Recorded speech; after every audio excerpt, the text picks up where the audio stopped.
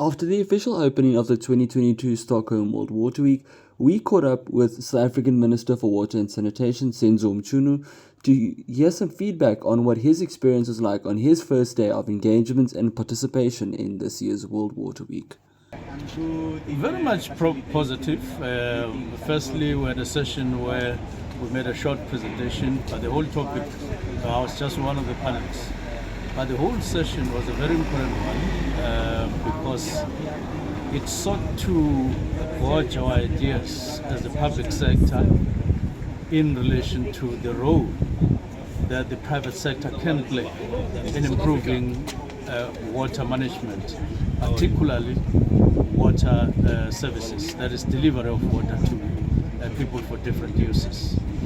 Now, obviously, you have a problem of capacity, you have a problem of finances in the public sector, but you have a problem of impatience on the ground.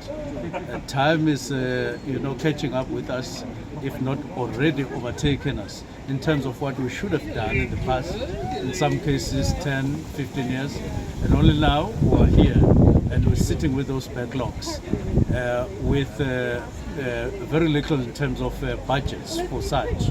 It's self-explanatory that a partner or that partnership in the form of the private sector is inevitable.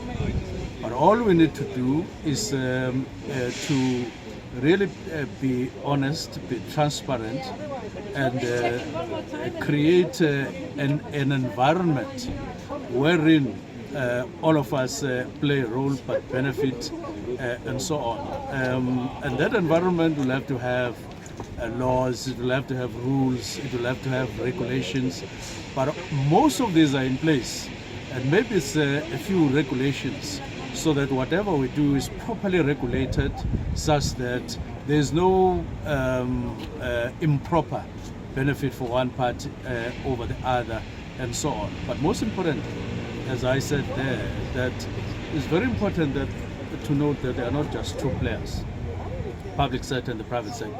There are people here, human beings, whose fate, whose needs, whose aspirations on water must be taken on board. And that's very important. But this session that we've just had now, in part it was quite exciting to look at, to listen to that lady who was making a presentation. Because what she does, she traces ownership.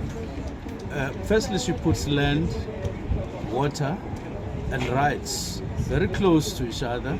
And she traces things from colonialism, countries that have been affected by colonialism, how it would have impacted on water rights for ordinary citizens in a country, and how those have sort of established the current dispensation in a number of countries, including in our continent, in Africa. And this is something that we have to change. And it's quite important to say, what do we do with land rights in relation to water rights and when we do transfers and so on? It's for this reason that we've already said, after I met the head of tribunal, water tribunal in the country before, I came back here. I came here to say we are going to need a workshop just to talk about water rights, because one of the things that got me worried was the kind of backlog that is in the tribunal, water tribunal, about 300 cases.